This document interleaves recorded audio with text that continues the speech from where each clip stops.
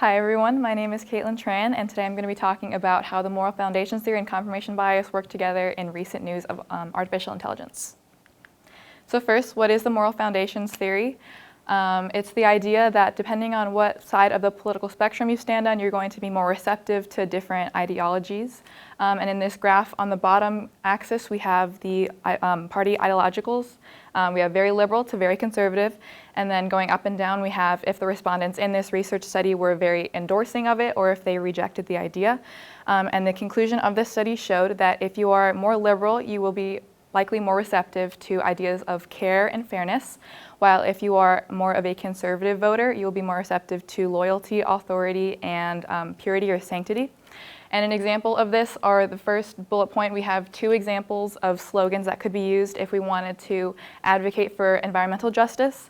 So the first one says justice for nature. That would be more towards a liberal voter because it relies on fairness in the relationship between us and nature. While the second slogan, our duty to cleanse, would be more towards a conservative voter because it relies on their authority, and since we have power, we should be able to give back to nature in our relationship. And then in the quote from Clifford Scott and Jennifer Durrett, it pretty much says the same thing. It says, moral foundations predict support for specific policies on a wide range of political issues, including the death penalty, abortion, gun control, immigration, flag burning, and terrorism. So this just shows that it goes for pretty much everything you talk about. It's not just like one or two specific policy ideas. Next, confirmation bias. So in general, this is just the idea that people are more likely to be receptive and remembering of information that aligns with their previous beliefs and more likely to reject ideas that don't quite align with those. Other examples of confirmation bias would be interpreting almost ambiguous information as something that supports your idea, as well as only remembering details that are aligned with you.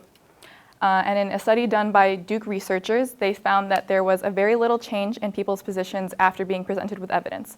So in their study, they had a group of participants, and they were able to get an analysis on their positions on different ideas, like the death penalty and flag burning, like I mentioned in the last slide. And after they gave them supplemental information, giving them almost evidence that supports the other side of their argument, they still didn't quite change their beliefs, and in their post-surveys, they gave the same results. And then transitioning into how we see it with artificial intelligence. So in general, in the media, moral foundations theory and confirmation bias can work together.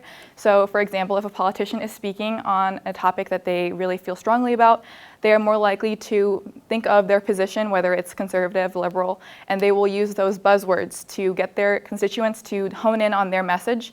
And then using confirmation bias, their constituents are also more likely to just keep paying attention to any media that they produce and using that argument and any other conversations they have with people of the same political party, or if they have a debate with someone of the other political party. And since the beginning of artificial intelligence, there's been a debate on whether or not it should be able to infiltrate our daily lives, especially today. That's becoming more and more prevalent. And in a study done by Robertson, he found that Democrats and younger voters are more likely to be techno-optimists, while most Republicans say it would be bad for society. So in the next two clips, I have two examples of this happening. In the first clip, we have Republican Attorney General Edwin Meese III when he was speaking on if artificial intelligence should be used in the criminal justice system. Many of them are things that can only be solved by individuals, by families, and by some of the mediating organizations that we've traditionally had in our society, things like schools and religious organizations. And just because there are a lot of problems and just because they are not necessarily solvable by government, doesn't mean that government shouldn't do what it can in order to alleviate the suffering and particularly to carry out its number one function. So in this clip, he uses the moral foundations of loyalty and authority, which makes sense because, as previously mentioned, he was under a Republican administration, so he's more likely to focus on those constituents. He did so when he mentioned that we should use the government to solve national problems instead of turning to the new form of artificial intelligence in the criminal justice system, as well as saying before we rely on that, we should first turn to ourselves and see if we have problems in our family and values that we can solve first. In the second clip, we have Democratic Assistant Attorney General Matt Olson, and he was speaking on a new technological strike force that was recently invented in order to address any national security threats. Collectively, our work is critical to defend U.S. military readiness, to preserve our technological advantage over our adversaries, and to protect human rights and democratic values worldwide. So his last word was worldwide. But in this instance, he uses fairness and care, which are the two liberal moral foundations, because, again, he was under a democratic administration.